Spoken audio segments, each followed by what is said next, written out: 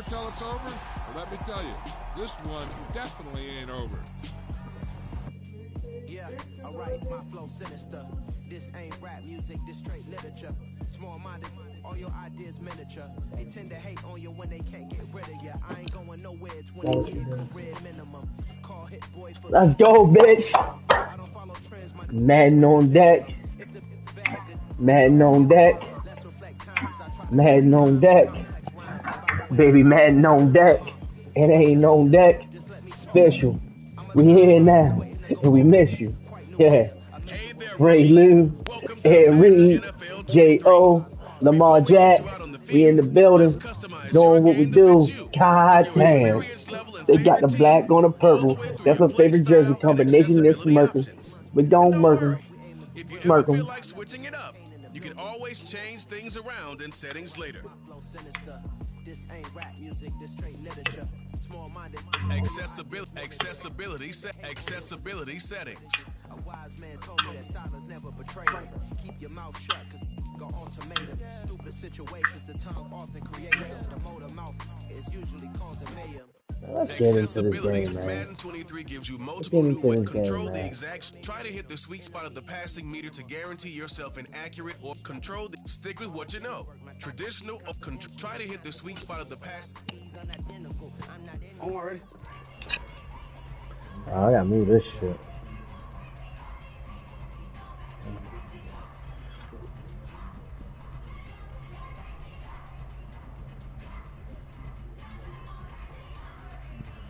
Now more control than ever. Passing Madden 23.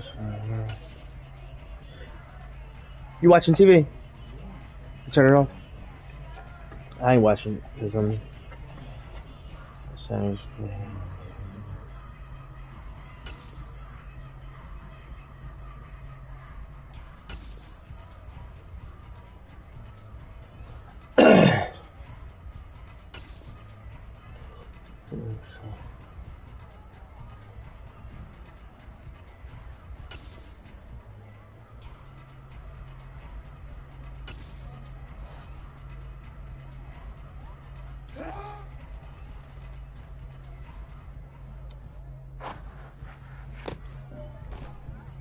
That's nice, baby.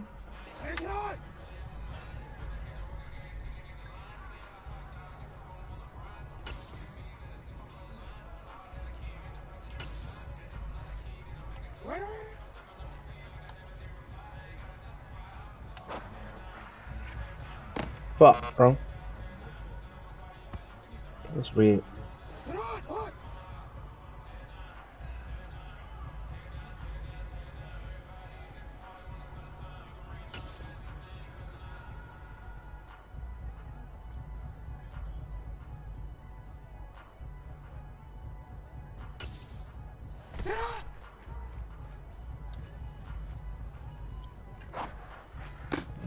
Damn, shorty, this shit tough already? This shit tough as a motherfucker.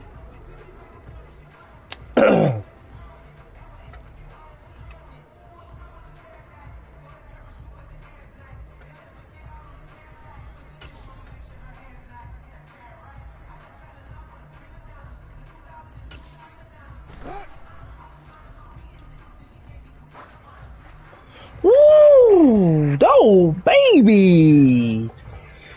DC, man. DC.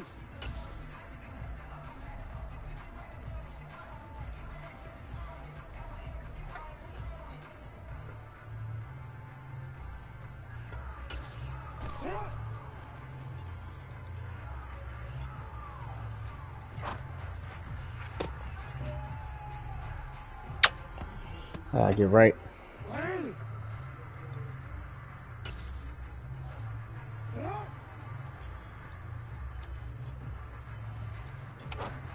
I keep pump faking, yo. Fuck.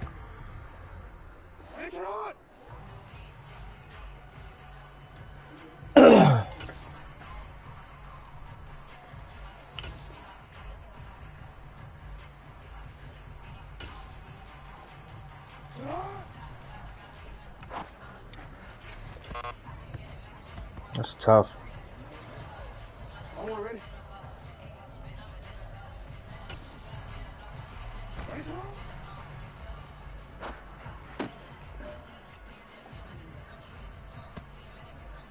Real quick.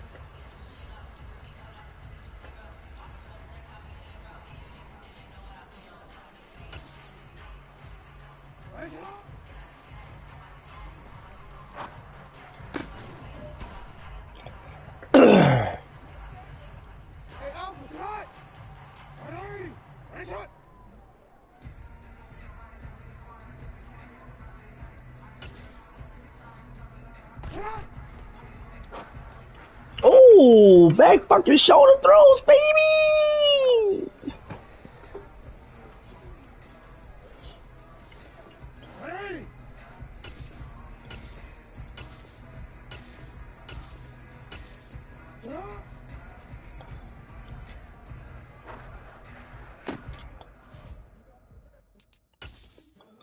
All right, play.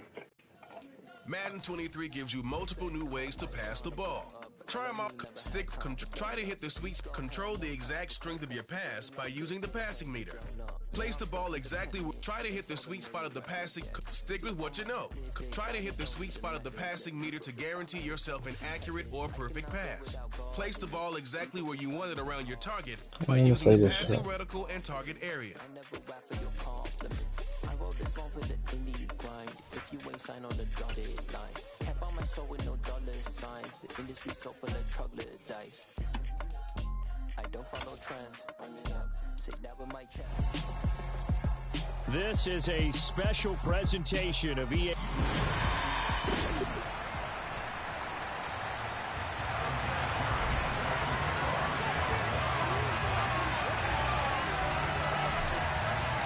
The Coliseum back to its original 70s glory. What a scene in the East Bay. And we're underway in the John Madden game.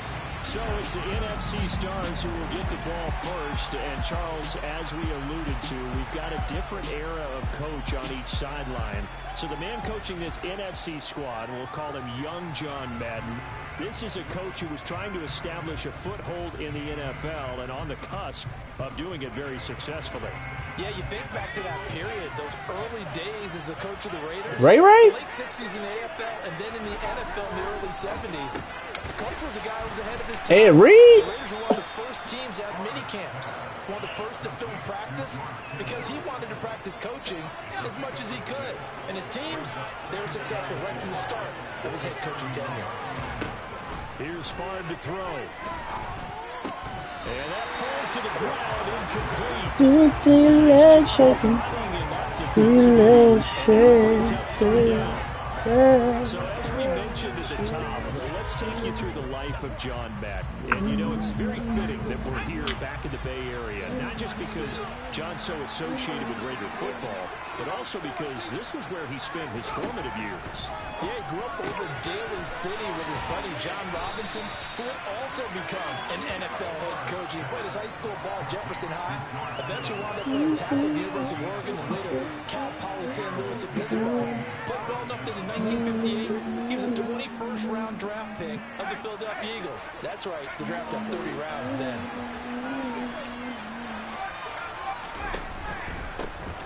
On 1st and 10, it's Sanders. And he's going to take this ahead for right around 3 yards, but no more than that. 2nd down. 3 yards on that last carry. Here's 2nd and 7. Another run with Sanders. And some room to roam now. And he is tackled inside the 40, not quite to the 35. But Charles, you mentioned... That nigga very still the truth. Draft pick back in 1958 was the Philadelphia Eagles who selected him. But unfortunately for John, knee problems, they just continued to dog him. He was hurt hey, Ray! Training camp. Oh, Ray! Saw the field as a player in the NFL, but it was still during his time with the Eagles. You and I were talking about this before going on air. That you could start to see the light bulb going on for what his career path might entail. And it went on in a big way, didn't it? Because while he was rehabbing his knee, he started to spend a lot of time breaking down film with the Eagles. With quarterback Norm Van Brocklin, future Hall of Famer, and future head coach in the NFL. Remember, Norm Van Brocklin coached with the Falcons. He coached with the Vikings. And it's there during that time, I think Coach Madden realized his love of football and love for teaching, combining all that together, and that meant being a football coach. So in 1960, began his... Ooh, that's Jay! And he will score. Touchdown NFC.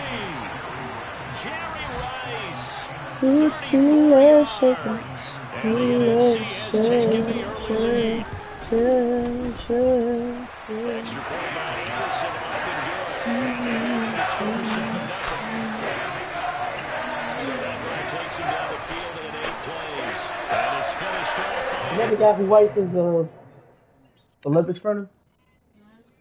His wife was Olympic. He wasn't playing. Down. Oh, Dante Hall? This one taken just inside the 10. And they'll start this drive just across the 30. Pretty nice work on the return. So, Charles, as mentioned, we've got another Coach Madden over here on the AFC sideline. Of course, his Raiders, members of the AFC West. So this is a conference he battled in for his entire career. And you think about the landscape of the NFL as he was getting into the back half of his tenure.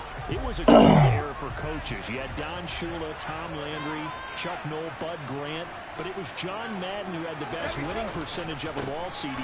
759, the best ever. Brandon, it's hard to believe he could be so successful in a conference with all those great teams. The Steelers won 4 Super Bowls. The Dolphins won 2 and were a mainstay in the playoffs. The Colts were tough.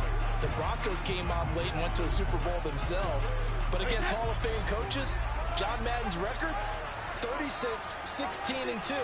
That's pretty incredible. His Raiders were a factor each and every year. From the 39, Brady.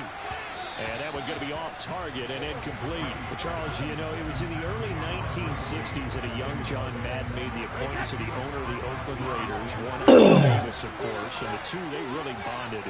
Would become one of the best owner-coach duos in NFL history. And to take it a step further, Al Davis became someone who John referred to as his best friend. Yeah, 1967, Brandon, Al Davis hired Coach Madden to be a linebackers coach. Remember, this was still the AFL at that point. We had not merged totally with the NFL.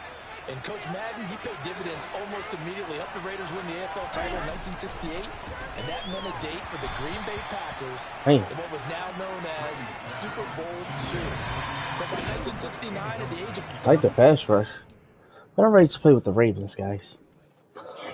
Time to decide how you're going to make your Madden NFL 23 debut. You could head on over to the main menu and see the full array of options you've got to work with at Madden NFL 23.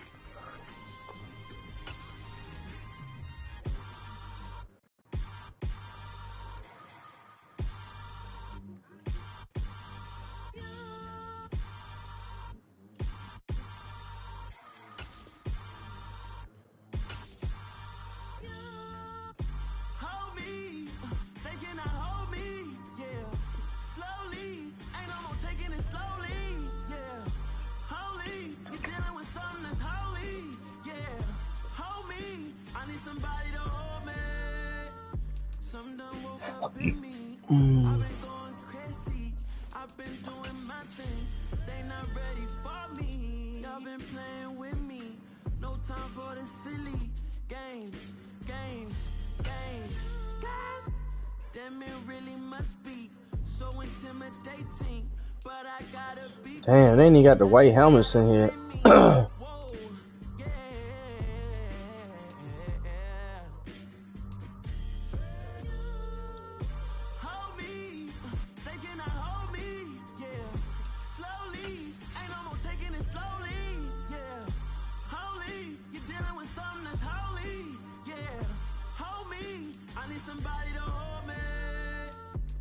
Cooking out the basement, and this game needs some saving, and I'm ready for the action, cause I'm tired of the acting.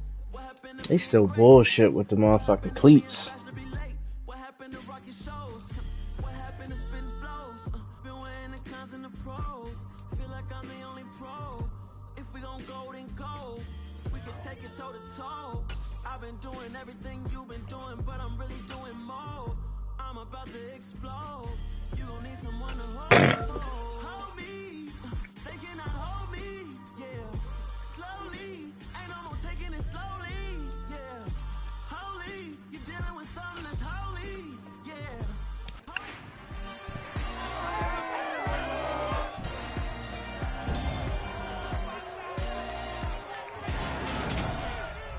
Madden NFL 23 on EA Sports, and we've got a showdown in the AFC North. It's the Cincinnati Bengals and the Baltimore Ravens. All that and more coming up next.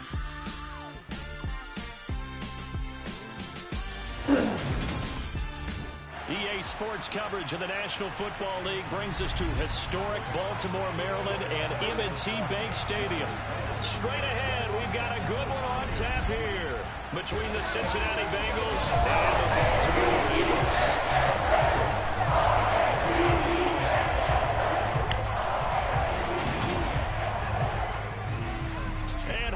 Everybody, alongside my partner Charles Davis, I'm Brandon Gaudin. And Charles, when you and I were going through our final run-throughs at breakfast, we kept thinking tonight we're going to get to see a couple of very good passing offenses.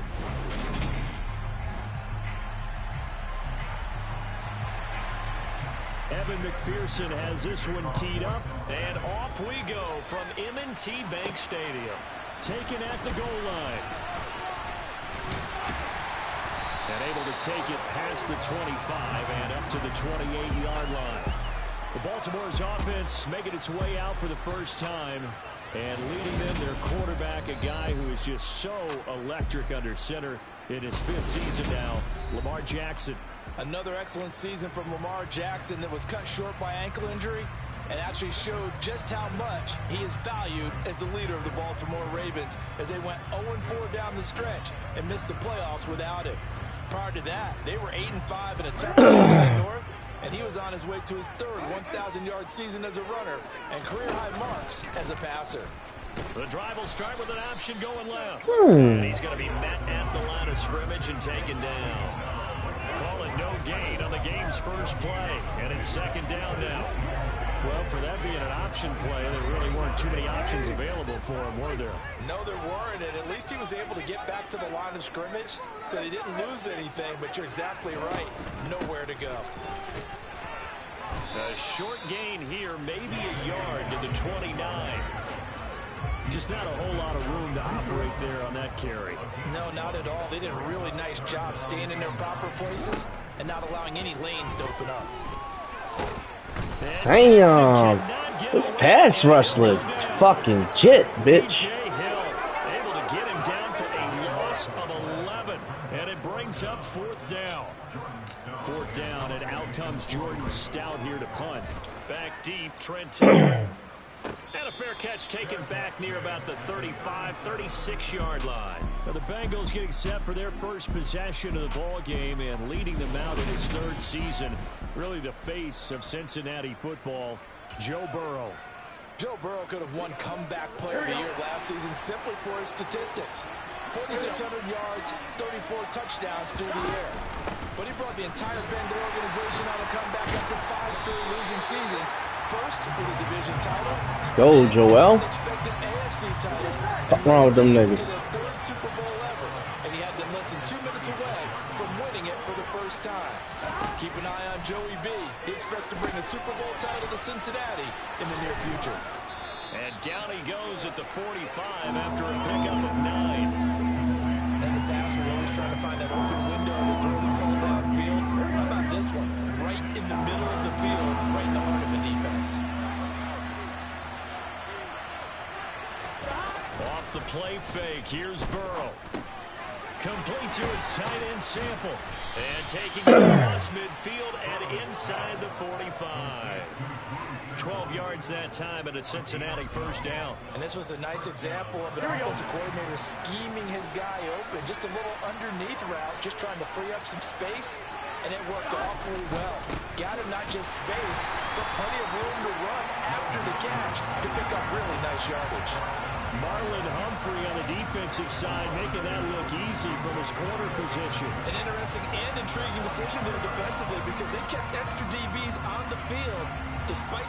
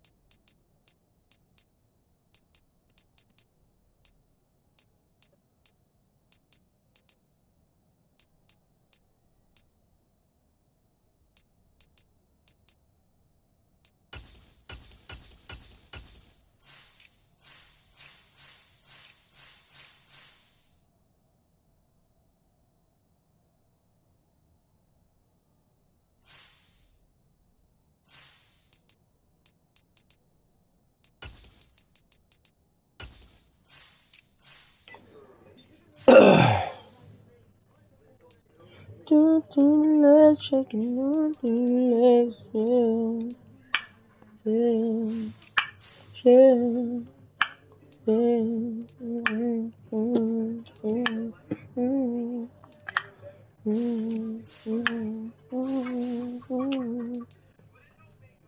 Going down.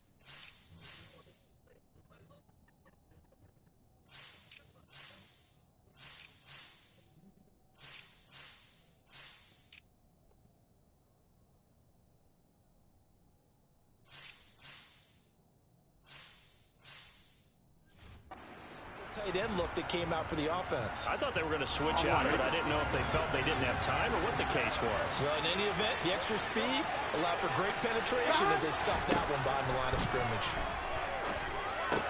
This goes out wide for Mixon. And he'll be brought down on the other side of midfield at the 43.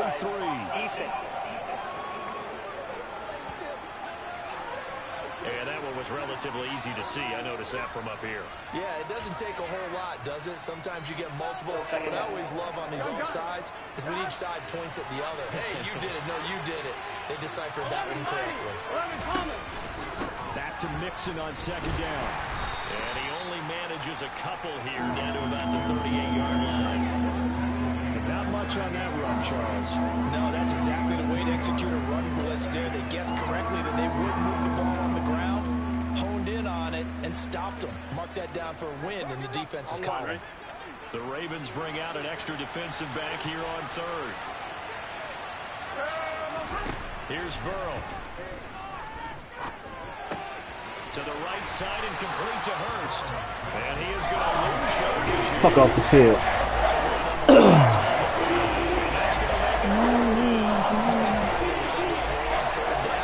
A little bit of surprise that they completed the pass and lost yardage on the play. So coming on now is the field goal unit. They're going to try for 3, and he'll need all the leg he's got here. They'll spot it at the 47, so call it a 57-yard attempt. And this one is no good. He missed it. And this will remain a scoreless game. McPherson, as a rookie last year, made a league-leading 9 kicks from 50-plus yards and added to it in the playoffs with some other big kicks to help propel his team to the Super Bowl. But that time, unable to convert. Baltimore set to take over here for their second possession of the game. And the last drive, the first drive for them, not very good. 3 and out. What do they go to here? Well, you don't look down at your play sheet and say, this is what the problem is. Let's find out who my playmakers are. Get the ball in their hands, and maybe the offense will move a little bit. Sometimes it's more important to get it to the right people rather than dialing up the right number. Exactly. Or the right play, yeah. That too. After the loss to start out, here's 2nd and 11. Jackson. That ball caught. It's Mark Andrews, the tight end. And they'll get to him after a gain of 7 to the 47. That's a staple of this offense. Drag route to the tight end. Yeah, he's unable to use his size to break off much more yardage after the catch, but still an effective gain nonetheless. Play action. It's Jackson. He'll rifle this one deep right side. And this is dropped. It's incomplete. He had a big gainer in his sights, but he could not reel it in. No score after 1 on EA Sports. Second quarter now from Baltimore. It's the Ravens in possession.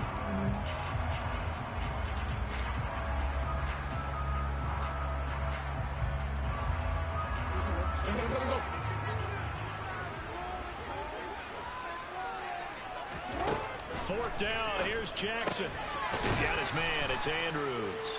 And unable to break away. They stop him a few yards shy.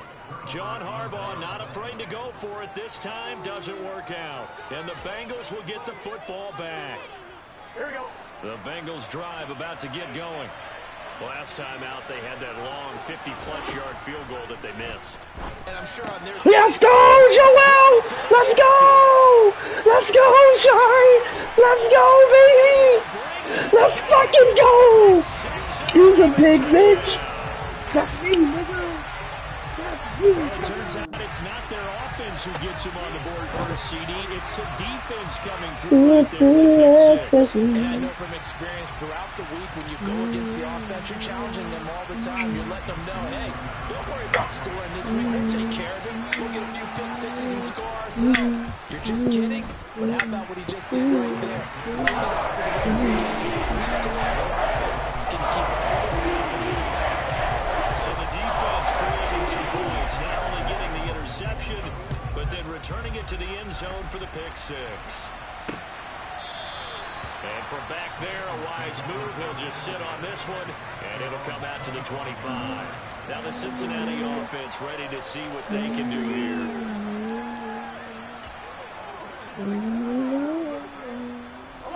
Burrow and the Bengals with a 1st and 10 at their 25-yard line.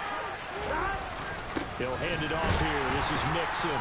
And a short pickup to about the 27. It'll be 2nd down. Certainly a nice job there by the defense rallying to the football and getting him on the ground. But I think the play gets made by the defensive front. Because if they can't get upfield, their job is to go ahead and get low, almost get into a ball sometimes, stack things up, and make it difficult for the runner to find a hole. From the 27, Burrow dumps it off to Mixon. So the completion good for 7 there. And that'll leave him with a 3rd and 2. They'll come to the line, needing only 2 yards to gain the 1st here. 3rd and 2, now Burrow. He's got Hurst, his tight end. And that little deke, the juke move that we saw, able to give him the 1st down yardage before he's brought down. They give him 7 yards on the play, and they do pick up the conversion on 3rd down. That was a route run, not just with dexterity, but with intelligence. Found the hole in the zone, made sure the quarterback saw it, and was able to make the sure catch and flip the down marker back to 1. Escaping the pressure right. And he'll slide to a halt here. Still a little shy of the 1st down marker. The improv on the scramble there gets him 6, and it'll be 2nd down. Certainly not the way they drew it up in the playbook, but that's why they love this guy back there. He sees things breaking down, and he's more than capable of finding an escape route and still getting a decent gain. Burrow's throw here on target to Hurst. And a gain of 4 gets him right to the midfield stripe. And let's face it, you can put any Halloween costume on him. You're not going to be able to disguise him because for a tight end of his size, difficult to sneak him anywhere, but that's what they tried to do. Lined up on his right, trying to work his way back to his left, but just a minimal gain as the defense was able to react quickly. And he is going to have a Bengals 1st down as they're able to get the 3rd down conversion. Gotta say, I was a little surprised to see him, Charles, come out in the shotgun on 3rd and less than a yard. Yeah, but the way the NFL is nowadays, we hardly ever see anyone really run for it on short yardage. So they're going to throw the football more times than not. That was a nice, easy rhythm throw right there, and they pick up the 1st down. Open man downfield is Chase. He's got it. And he's taken down, but not before reaching the 10-yard line. He got 29 yards that time. Just picking up yardage in bunches here these last few plays. They have moved right down the field, and just like that, they're going to be set up with a 1st and goal. 2 minutes on the clock, 2nd quarter, 7-0 ball game. A chance now to get even before the break as they come up 1st and goal. Again, it's Burrow. Voids the target, and he has it over the middle. A gain of 7 that time. 2nd goal. Now Now the Ravens going to use one of their timeouts. It's just their first, so they'll have 2 remaining here before we get to halftime.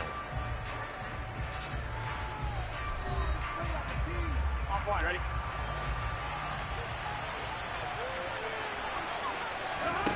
On 2nd and goal. Burrow. That's to Chase. He's got it. Touchdown, Cincinnati.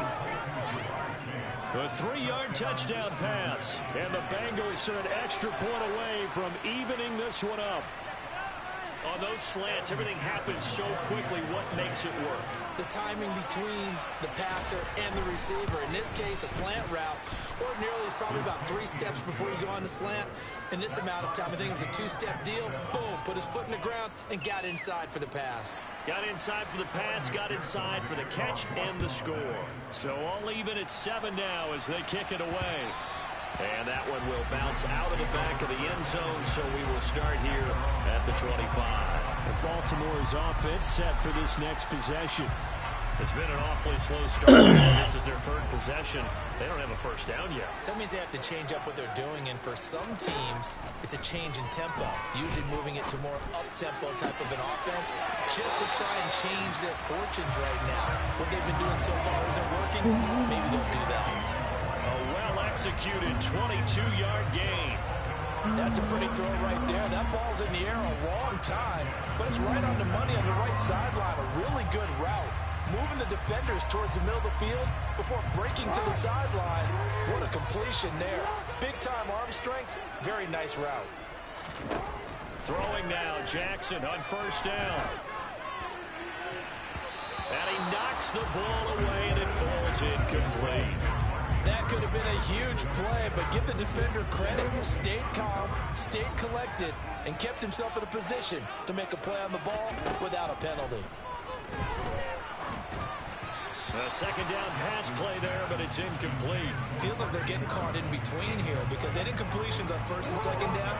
Now you got to worry a little bit about the clock because you prefer not to give them another shot here in the 1st half. But if you don't pick up the 1st down, guess what? You're likely going to have to.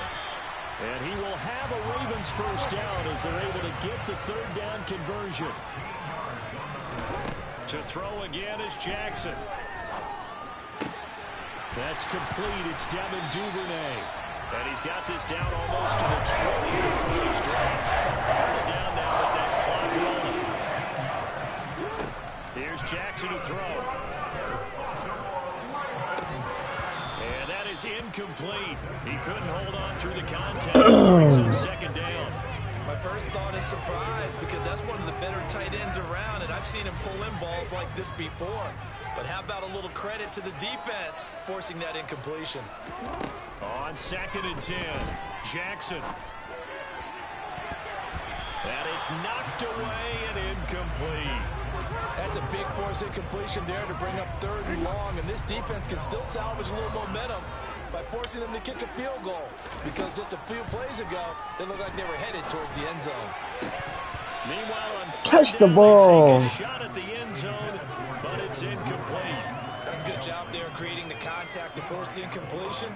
And now since it's 4th down, that should set up a field goal situation. And a nice sigh of relief defensively to be able to hold them to 3. Tucker's kick is good. And they take the lead here now at 10-7.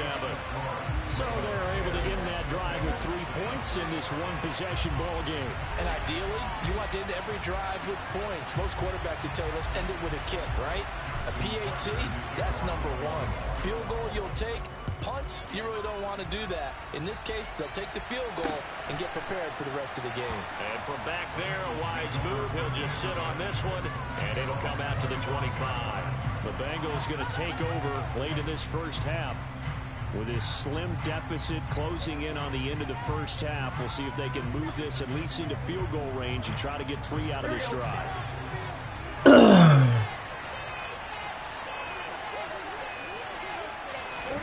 Now Burrow on 1st down. And he'll protect himself at the end here as he winds up getting pretty decent yardage. Now the Bengals going to use the 1st of their timeouts as the clock will stop with 34 seconds to go before halftime. From the 30 on second down, Burrow. He's got his big tight end. That's Hurst. And he gets this up across the 35 before he's out of bounds. So from the 36 now, 1st and 10. Burrow looking to pass. To Mixon on the check down. And he'll be out of bounds up near the 45 at the 44. That's good. The completion there for 7 yards. And it'll be second down. Just about every quarterback is trained to really look downfield first before you come back and make a nice, safe throw. And in this case, that's exactly what he did. Found his running back, let him create some space, and it turned out to be a nice play. Let's go! And it's intercepted. Picked off by Marlon Humphrey.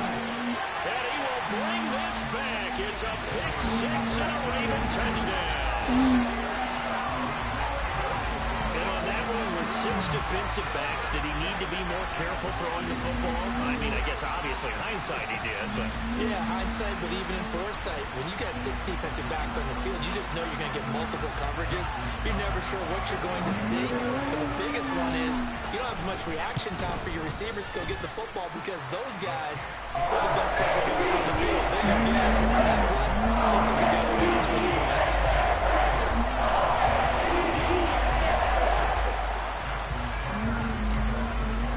So not much time to speak of remaining in this first half as the kick's away. And not wanting to risk anything here late in the half, he'll just take a knee and they'll bring the football out to the 25. The Bengals drive about to get going.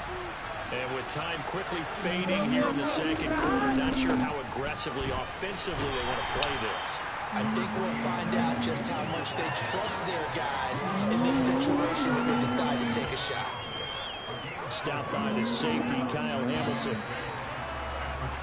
So we're at halftime here in the Inner Harbor with the hometown Ravens on top. As we'll get you down the coast. Due to time constraints, we move you forward in today's broadcast to the beginning of the third quarter. Welcome.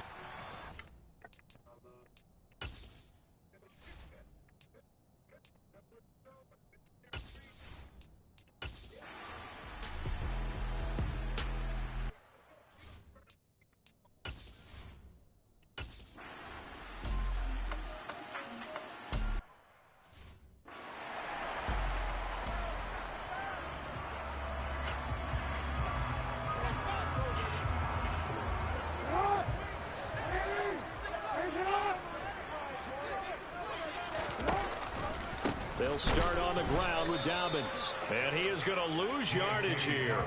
Sam Hubbard that time coming through defensively. Reckless abandon. I'm getting a sense that the momentum of this game is changing since the break. Nice play there, and this D is fired up. On 2nd and 15 now. Jackson. And he fires one that's intercepted. Picked off by Mike Hilton. And they will take over at the 20.